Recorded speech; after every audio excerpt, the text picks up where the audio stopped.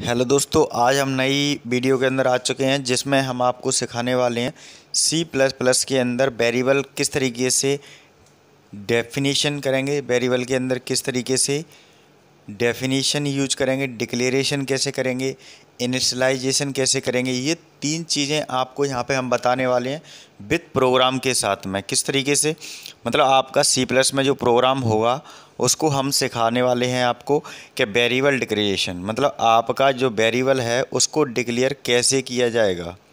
ठीक है, उसके बाद आपका वेरिएबल है वो डेफिनेशन में किस तरीके से लिखा जाएगा, फिर उसके बाद एक्चुअल इनिशियलाइजेशन कैसे किया जाता है, देन उसके बाद आउटपुट किस तरीके से आता है। तो आज की वीडियो में हम ये देखने वाले हैं पूरा प्रॉपर तरीके से वेरिएबल के बारे में पूरा डिफ़ाइन करेंगे किस तरीके से हम प्रोग्राम को यूज करेंगे। तो बने रहिए इस वीडियो में। पूरा देखने के लिए सबसे पहले इस वीडियो को लाइक कर दीजिए, शेयर कर दीजिए, कमेंट कर दीजिए। और इस चैनल पर फर्स्ट टाइम देख रहे हैं ऐसी ही इंटरेस्टिंग वीडियो प्रोग्रामिंग लैंग्वेज के लिए बने रहें हमारे यूट्यूब चैनल पर। और यूट्यूब चैनल को सब्सक्राइब नहीं किया है तो प्लीज़ यूट्यूब चैनल को सब्सक्राइब कीजिए, बेल आइकन प्रेस कीजिए। कोई भी हमारी वीडियो देख रहे हैं हर पर्सन से ये निवेदन है कि वीडियो को पूरा देखें, देन उसके बाद प्रैक्टिकली करें, तभी आपको समझ में आएगा। बीच में वीडियो को ऐड से स्क्रिप्ट नहीं करना है, नहीं तो वीडियो आदि आपको समझ में नहीं आएगी। ठीक है, अब चलते हैं आगे की ओर। सबसे पहले हम यहाँ पे क्या कर लेते हैं, ये हमने प्रोग्राम बनाया है, आपको अभी दिखाएंगे कि किस तरीके से काम कर रहा है ये। ठीक है, ये वेरिएबल को हमने इनिशियलाइजेशन सारी चीज़ें बनाई हैं। यहाँ पे पहले हम डिफ़ाइन कर लेते हैं एक डेफिनेशन को किस तरीके से काम कर रहा है। तो सबसे पहले हम ये चलते हैं यहाँ पे वेरिएबल डेफिनेशन। वेरिएबल के अंदर जो डेफिनेशन होती है वो किस तरीके से डिफ़ाइन की जाती है, ये आपको तो ये पढ़ना है, ये कुछ नहीं है, सिंपल लिखी है, इसमें तो आराम से पढ़ सकते हैं। बट मैं जो मेन चीज़ है वो आपको बता देता हूँ, वो वहीं से आपका डिक्लेरेशन काम हो जाएगा और डेफिनेशन का क्लियर हो जाएगा। ठीक है, जैसे हमने पढ़ा था वहाँ पे इंट पढ़ा था, कैरेक्टर पढ़ा था, फ्लोट पढ़ा था, डबल पढ़ा था, तो ये चीज़ें मैंने यहाँ पे लिख ली हैं। ठीक है, आप लोगों को दिखाई दे रहे होंगे यहाँ पे इंट लिखा है, कैरेक्टर लिखा है, फ्लोट लिखा है, डबल। ये हमने डेटा टाइप इससे पहले वीडियो बनाई है, वो उसमें हमने पढ़ा है। नई वीडियो देखिए तो प्लीज़ उस वीडियो को ज़रूर देख लें और प्रैक्टिकली कर लें, जब ही आपको ये डेटा समझ में आएगा। तो सबसे पहले हमारा जो वेरिएबल होता है डेफिनेशन कैसे किया जाता है, मतलब वेरिएबल को डिफ़ाइन कैसे किया जाता है किसी भी प्रोग्राम के अंदर C+ के अंदर। तो सबसे पहले जैसे इंट है, इंट में मान के चलो हमारा इंटीजर पॉइंट है, तो हमने i j के एक 3 वेरिएबल ले लिए। ठीक है, जैसे में हम क्या किया, i के अंदर कुछ डेटा स्टोर कर लिया, j के अंदर कुछ डेटा स्टोर कर लिया और k के अंदर उस डेटा को हमने दोनों को स्टोर करा के आउटपुट में दे दिया। तो ये हो जाता है अपना डेफिनेशन।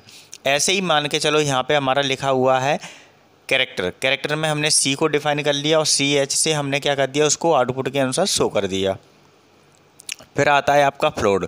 फ्लोट मीन्स होता है कि F, मतलब यहाँ पे आपकी वैल्यू कैसी होगी, पॉइंट में आ सकती है, जैसे सैलरी हो सकती है, किसी भी भाग दे रहे हैं कोई संख्या का, तो वहाँ पे आपका ये फ्लोट यूज होगा। तो इस तरीके से F वैल्यू लेंगे, उसके आगे क्या ले लेंगे अपन, आउटपुट में सैलरी ले लेंगे।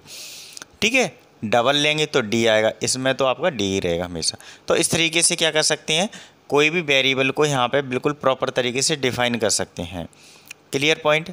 अब जैसे मान के चलो हमने यहाँ पे क्या किया है, कुछ एग्जांपल लिए हैं छोटे छोटे, तो देख लीजिए यहाँ पे हमने ये क्या किया है, हमने थोड़े से इनिशियलाइजेशन किया है, एक्सटेंड लिया है इंट D। तो D के अंदर हमने क्या लिया है, 3 लिया है। ऐप के अंदर हमने क्या लिया है, यहाँ पे 5 लिया है। तो इस तरीके से हमने क्या किया है, पॉइंट को इनिशियलाइजेशन किया है, इंट D 3 ले लिया और F के अंदर 5 ले लिया। तो हमने यहाँ पे फ्लोट वैल्यू को यूज किया है। जैसे ही फ्लोट वैल्यू को यूज किया, वाइट के अंदर Z ले लिया, जिसके अंदर हमने डेटा को स्टोर करा लिया है। कैरेक्टर हमने स्टोर कराया है X के अंदर। ठीक है, क्योंकि ये क्या होता है, स्ट्रिंग होता है, तो इसलिए हमारा वो वैसे के वैसा ही रहेगा।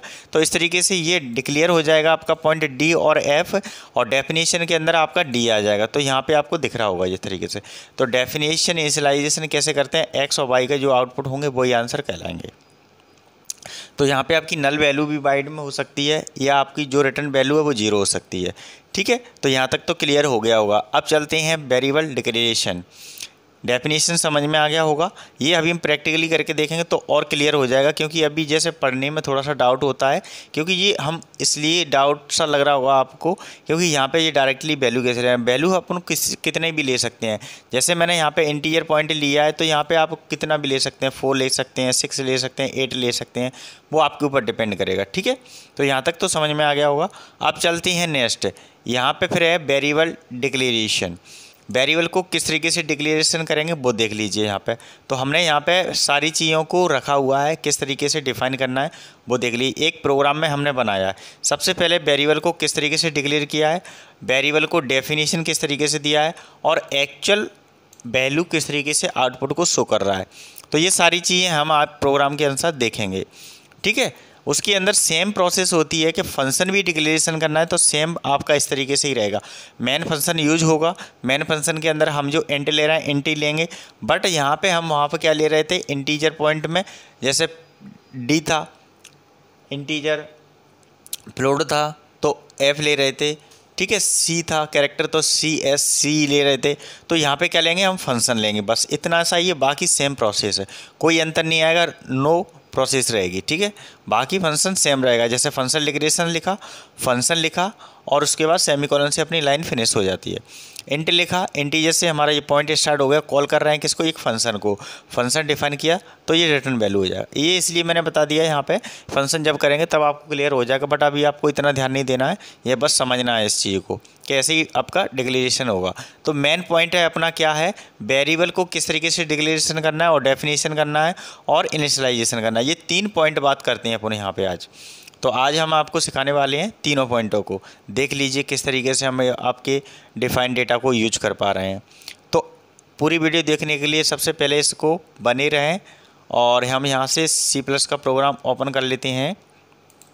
तो हमारा ये प्रोग्राम C+ का ये रखा हुआ है डेस्कटॉप पे। यहाँ पे डबल क्लिक करेंगे तो ये हमारा प्रोग्राम्स ओपन हो जाता है। अब जैसे ही यहाँ पे प्रोग्राम्स ओपन हो गया है तो यहाँ पे हम क्या करते हैं, इस C प्रोग्राम को न्यू फाइल ओपन कर लेते हैं। न्यू फाइल ओपन करके यहाँ से बड़ी जूम विंडो कर लेते हैं, जिससे क्या बहुत आसान हो जाएगा अपना प्रोग्राम बनाने में। ठीक है, अब हम यहाँ पर एक प्रोग्राम बनाने वाले हैं। जो प्रोग्राम बनाएंगे वो आपके सामने यहाँ पर लेकर के आएंगे डिक्लेरेशन के अंदर। समझ में आ गया। तो हम यहाँ से क्या करते हैं, इस पॉइंट को यूज करते हैं और यहाँ से अपन प्रोग्राम्स को बनाना शुरू करते हैं। तो यहाँ पे अपना जो प्रोग्राम लिखा है उस तरीके से हम डिफाइन करते चले जाएंगे। तो बने रहें वीडियो के अंदर, तभी आपको ये समझ में आएगा, नहीं तो आप बीच में से छोड़ के चले जाएंगे तो आपका प्रोग्राम सही तरीके से समझ में नहीं आएगा। ठीक है, तो अभी आप पूरा प्रोग्राम देखने के लिए प्रोसेस को आपको समझना होगा। तो मैं लिखता जाता हूँ, यहाँ पर शिफ्ट के साथ हैज है, फिर हमारा इंक्लूड लिखना है हमें। इंक्लूड के बाद आपका ब्रैकेट ओपन है, input output stream STREAM .h stream. ठीक है, फिर हैज है, हैज है हमारा। हैज के बाद हम क्या इंक्लूड करते हैं, हैज इंक्लूड। ऊपर स्पेलिंग थोड़ी सी मिस्टेक हो गई है, फिर एरर आएगी, उससे पहले ही हटा देते हैं जिससे एरर नहीं आए, ये ध्यान रखना, क्योंकि इंक्लूड की स्पेलिंग यहाँ पे हमने टाइप करने में गलत हो गई। IN होती है, INCLUDE।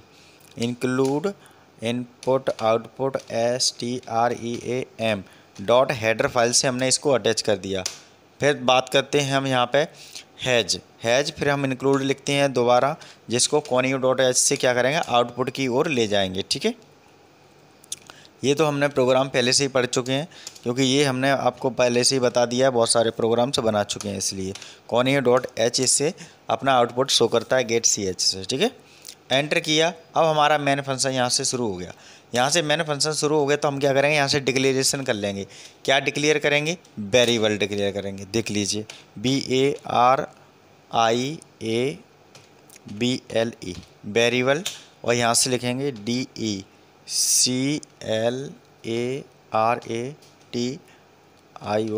डिक्लेरेशन और सेमीकोलन। तो हमारा यहाँ से वेरिएबल डिक्लेरेशन हो चुका है। तो इसके बाद हम क्या कर लेते हैं, यहाँ से वैल्यू को एक्सटेंड कर लेते हैं, EXTERN। यहाँ पे हम वैल्यू जो ले रहे हैं वो कैसी ले रहे हैं, इंटीजर। तो INT लिख लिया है, इंट A लिया मैंने, कॉमा, और मैं यहाँ पे B ले लेता हूँ, 2 पॉइंट ले लेता हूँ, A और B, और सेमीकोलन से मैंने इसको फिनिश कर दिया। यहाँ पे आपको ध्यान रखना है 2 चीज़ें, ए लिया है, उसके बाद कॉमा है, बी लिया है, उसके बाद सेमीकोलन। सेमीकोलन मीन्स होता है लाइन को फिनिश करना, मतलब ये एक्सटेंड हमने इंट को इनिशियलाइजेशन किया है या डिक्लेयर किया है, तो उसको हमने डिक्लेयर करके क्या कर दिया, उसको पूरा क्लोज कर दिया, मतलब लाइन को। देन उसके बाद सेकेंड लाइन लेना है। अब हम जैसे ए और बी ले रहे हैं तो उसको कहीं ना कहीं स्टोर कराएंगे, तो थर्ड पर्सन कौन होगा, सी।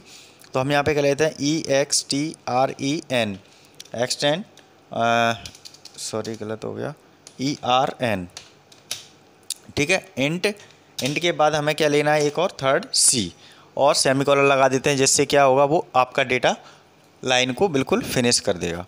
देन उसके बाद फिर हम करते हैं यहाँ पे हमारे वेरिएबल के अंदर मेन फंक्शन स्टार्ट हो जाएगा।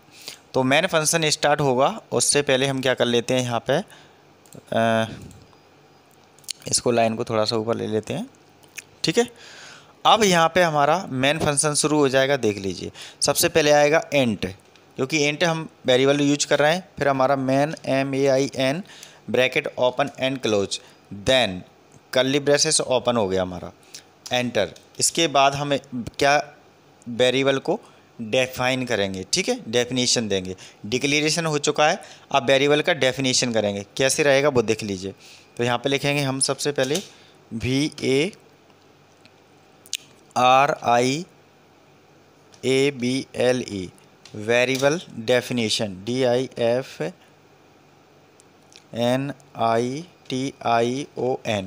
डेफिनेशन, ठीक है।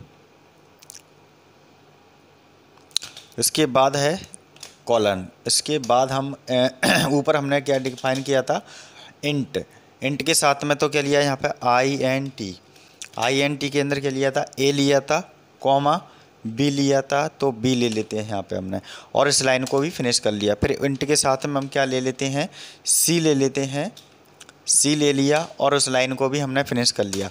अब दोनों को हम क्या कराते हैं, एडिशन कराते हैं, मान के चलो तो हो जाएगा। तो यहाँ पे हम क्या करेंगे, 2 पॉइंट को किसी में स्टोर करा रहे हैं, सी के अंदर करा रहे हैं। तो सी के अंदर जैसे ही स्टोर कराएंगे तो हमें यहाँ पे क्या करना पड़ेगा, स्टोरेज क्या करना पड़ेगा, इनिशियलाइजेशन करना पड़ेगा। तो 2 वैल्यू हमने यहाँ पे ले लिए। अब हमारा नेक्स्ट पॉइंट क्या रहेगा, इनिशियलाइजेशन है। तो हम यहाँ पे क्या करते हैं, एक्चुअल जो हम वैल्यू रखेंगे उसको एक्चुअल पार्ट में इनिशियलाइजेशन करेंगे। तो यहाँ पे मैंने एक्चुअल इनिशियलाइजेशन,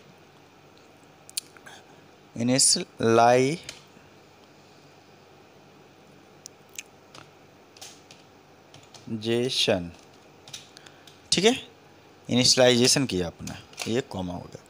अब यहाँ पे मान के चलो मैंने ए के अंदर स्टोर कर लिया 20, ठीक है, और बी के अंदर कर लिया मान के चलो 30। तो इस तरीके से हम 2 डेटा को डिफाइन कर लेते हैं यहाँ पे, ठीक है। तो बी के अंदर हमने कर लिया, उस लाइन को भी फिनिश कर दिया, देन एंटर किया। एंटर करने के बाद जैसे बी लिया, बी इजकल टू मान के चलो हमने यहाँ पे 30 ले लिया, ठीक है। तो कितना हो जाएगा 30, और उस लाइन को सेमीकोलन द्वारा फिनिश कर लिया। उसमें 20 लिखा है, अपन ने वैल्यू चेंज कर दी, ठीक है। अब हम सी में उसी वैल्यू को स्टोर करा रहे हैं जिसको ए के अंदर रखा है प्लस बी के अंदर रखा है। मतलब यहाँ पे हमारा जो ए के अंदर 20 है और बी के अंदर 30 है, तो सी के अंदर क्या आना चाहिए, ए को और बी को दोनों को जोड़ करके। तो कितना हो जाएगा, 30 और 20 50 हो जाएगा। तो आंसर हमारा कितना आना चाहिए, 50। तो इस लाइन को भी हम पूरा फिनिश कर लेते हैं, सेमीकोलन। अब हमारा आउटपुट सी के प्लस के अंदर क्या यूज होता है, सी आउट होता है।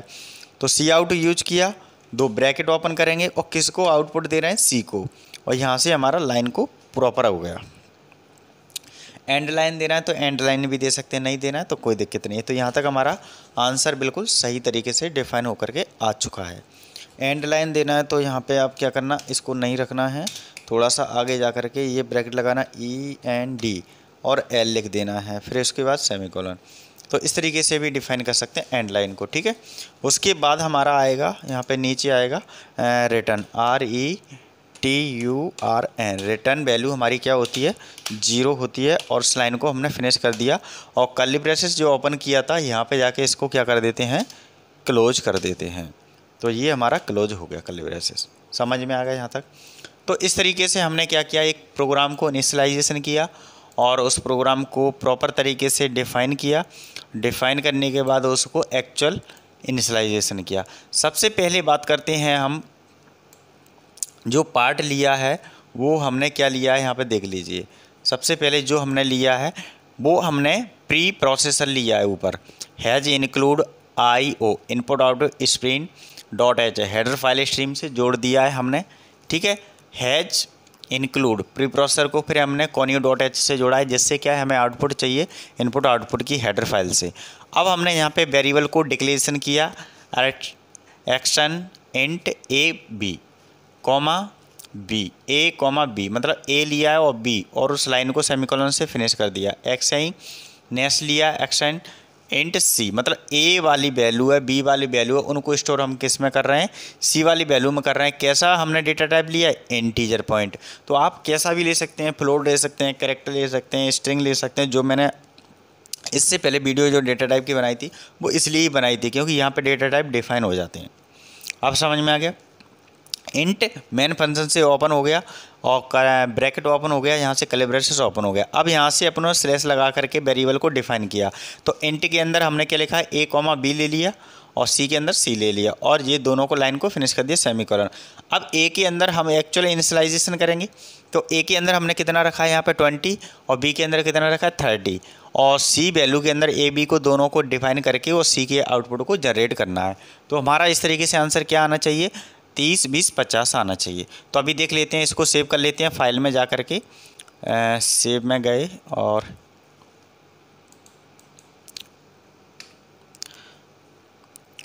सबसे पहले यहाँ पे अपन को सेव में जाना है। अब यहाँ पे अपना डेटा आ रहा है उसको हटा देना है, और इसका एक्सटेंशन क्या होता है .CPP। ये ध्यान रखना, हटाना नहीं है उसको, सिर्फ अंदर वाली वैल्यू को हटाना है। तो यहाँ पे मैंने वेरिएबल लिखा है तो BARI, इस तरीके से मैंने इसको ओके करके बना लिया नाम से BARI। तो ये अपना क्या हो गया, सेव हो गया प्रोग्राम। अब इसको रन करके देखते हैं क्या इस प्रोग्राम को आ रहा है। जैसे ही मैं यहाँ से क्या करूँगा, कंपाइल करके देखता हूँ कोई गलतियाँ तो नहीं है। जैसे ही कंपाइल कर रहे हैं तो यहाँ पे एक एरर बता रहा है। एरर कहाँ है वो आप देख लीजिए, यहाँ पे बता रहा है एरर। जैसे मैं एंटर करूँगा तो यहाँ पे बता रहा है जो इंक्लूड लिखा है वो गलत हो गया है, INCLU। हाँ यहाँ पे देखो इंक्लूड गलत है जी, तो ये दिखा रहा है स्पेलिंग गलत दिखा रहा है। तो यही अपना क्या है, यहाँ पे गलती को शो करके दिखा रहा है। तो जैसे मैं रन किया तो रन करने के बाद आपका ये डेटा में दिखा रहा है कि कहाँ हमारी गलती हो रही है। तो समझ में आ रहा है कि कहाँ हमने गलती किया है। तो गलती यहाँ पे दिख रही है। तो गलती दिखने के बाद हमारी ये प्रोग्राम्स है, उसके अंदर हमने क्या लिखा है यहाँ पे, जो IND के बाद आई लगा दिया है, L के बाद, तो इंक्लूड की स्पेलिंग गलत हो गई है।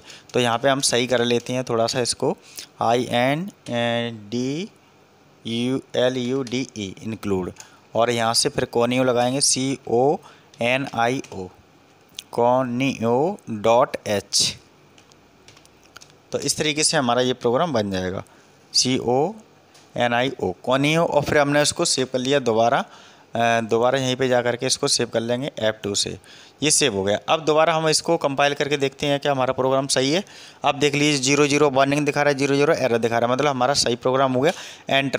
एंटर करने के बाद हम रन कर देते हैं यहाँ से, रन में जा करके, या Ctrl+F9 से प्रोसेस से रन करेंगे। ये सारी प्रोसेस मैंने इस पहले वाली वीडियो में और दूसरी वाली वीडियो में बहुत अच्छे से समझा दिया है कि प्रोग्राम्स को किस तरीके से सेव करते हैं, प्रोग्राम्स को किस तरीके से रन करते हैं। ये वीडियो नहीं देखी हैं तो पहले आप उनको देखिए, तभी आपको समझ में आएगा, ठीक है।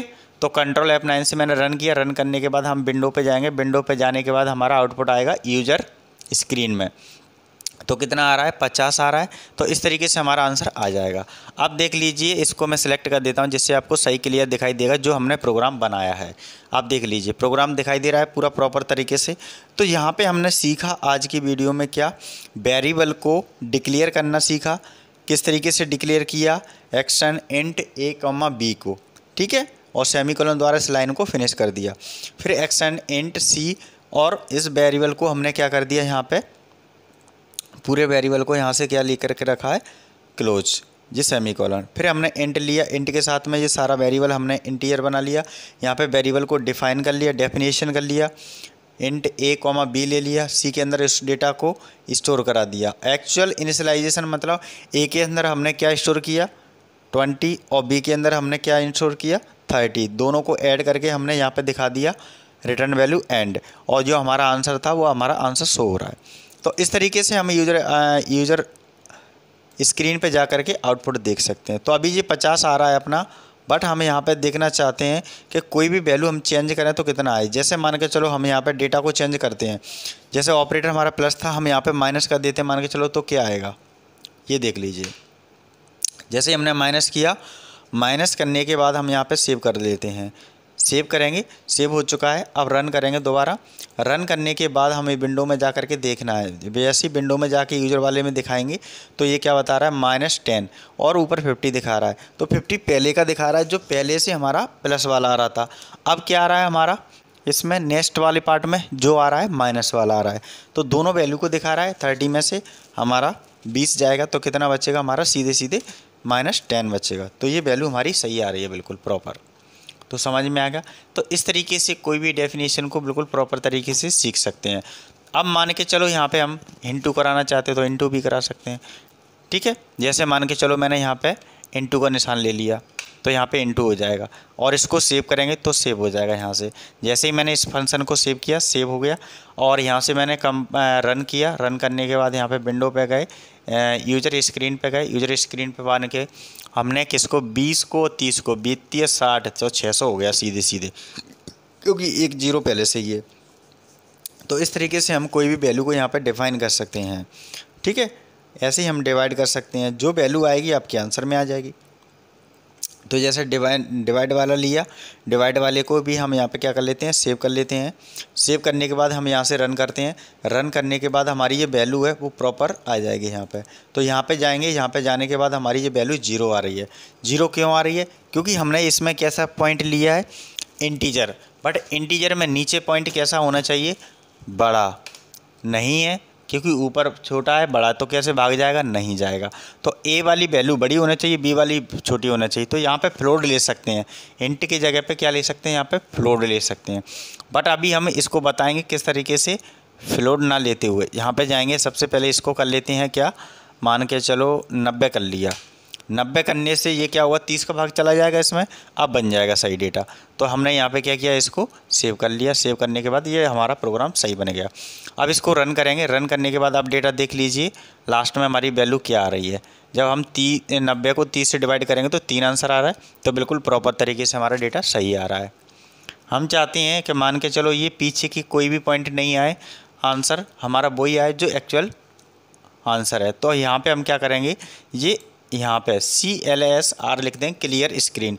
तो CLRSCR और bracket open close and semicolon. तो इस तरीके से हम इसको बना करके सेव कर लेंगे।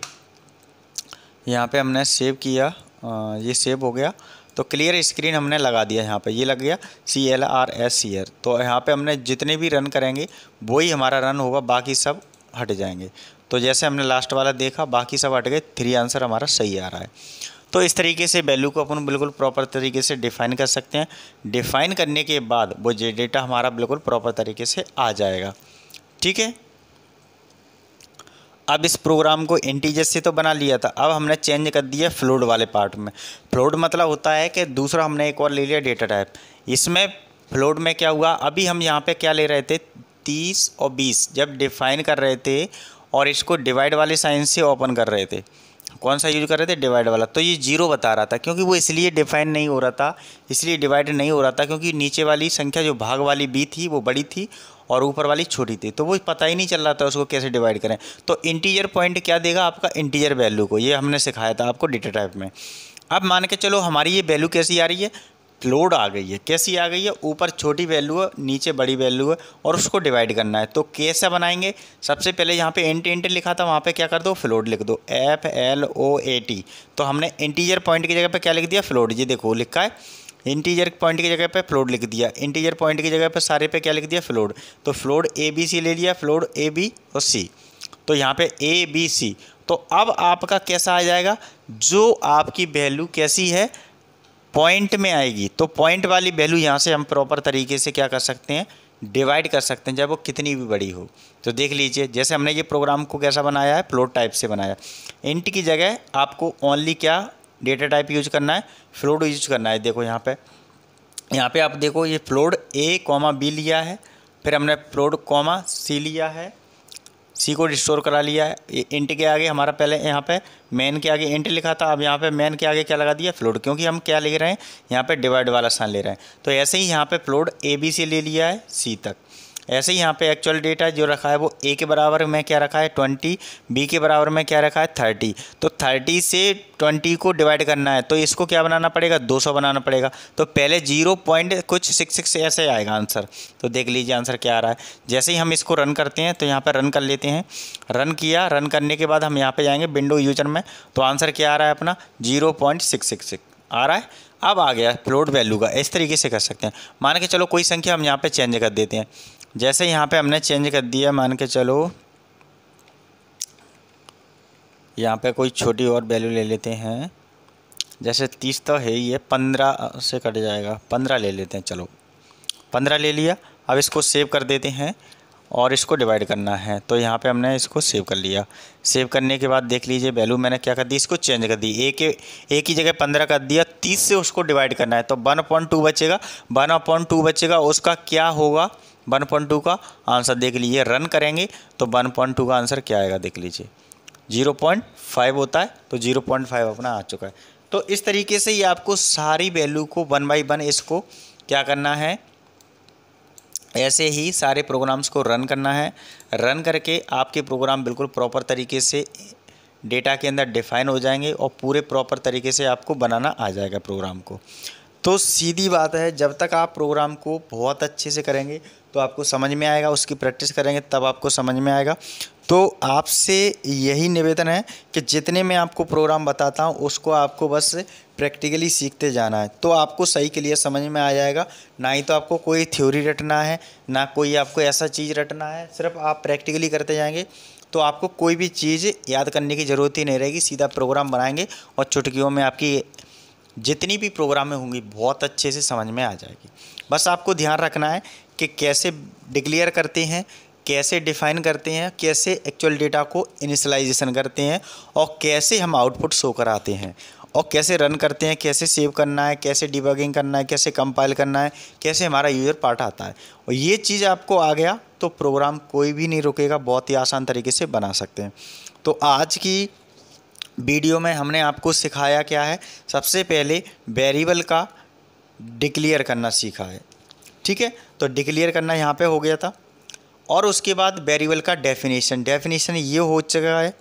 इसके बाद एक्चुअल डेटा है, एक्चुअल इनिशियलाइजेशन जो डेटा है, ए बराबर कितना रखा है, बी बराबर कितना रखा है, और यहाँ पे हमने जो प्रोग्राम्स को चेंज किया, जैसे फॉर एग्जांपल क्या चेंज किया हमने, यहाँ पे जा कर के वैल्यू को चेंज किया, जैसे माइनस किया, प्लस किया, इनटू किया।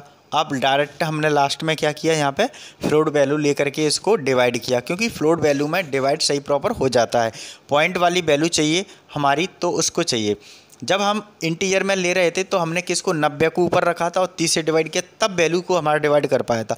पॉइंट वाली वैल्यू आ जाती तो वो 0 बता देता, 0 आंसर दिखाया था। तो इसलिए मैंने उसको आंसर सही प्रॉपर दिखाने के लिए आपको कौन सा डेटा यूज किया, फ्लोट यूज किया। अब आपको समझ में आ गया फ्लोट डेटा टाइप कैसा यूज होता है, अब सही है, ठीक है। ऐसे ही आप कोई भी डेटा को यूज करके पूरे प्रोग्राम से बना सकते हैं 1 बाई 1। आपको मैंने 2 प्रोग्राम से बना के दिखा दिए जिससे आपको सही समझ में आ गए। पहले मैंने इंटीजर से बनाया, फ्लोट से बनाया, अब आप कैरेक्टर से बना सकते हैं, डबल से बना सकते हैं, डबल स्ट्रिंग से बना सकते हैं, कैरव से बना सकते हैं। वो आपके ऊपर डिपेंड करता है, जितना आप बनाओगे उतना आपकी प्रैक्टिस हो जाएगी, ठीक है। तो आज की वीडियो में इतना बहुत है, काफ़ी है, इतने से आप बहुत कुछ सीख सकते हैं। सीखने के बाद आपको यही चीज़ है कि मेन प्रोग्राम्स को बहुत अच्छे से आप यूज करें, यूज करने के बाद आपका आंसर प्रॉपर आ जाएगा इस तरीके से, ठीक है। तो समझ में आ चुका होगा पूरा प्रॉपर तरीके से। डेटा को आप जितने अच्छे से करोगे उतने अच्छे से आपका डेटा डिफाइन हो जाएगा। क्लियर पॉइंट, तो समझ में आ गया होगा यहाँ तक पूरा अच्छे से।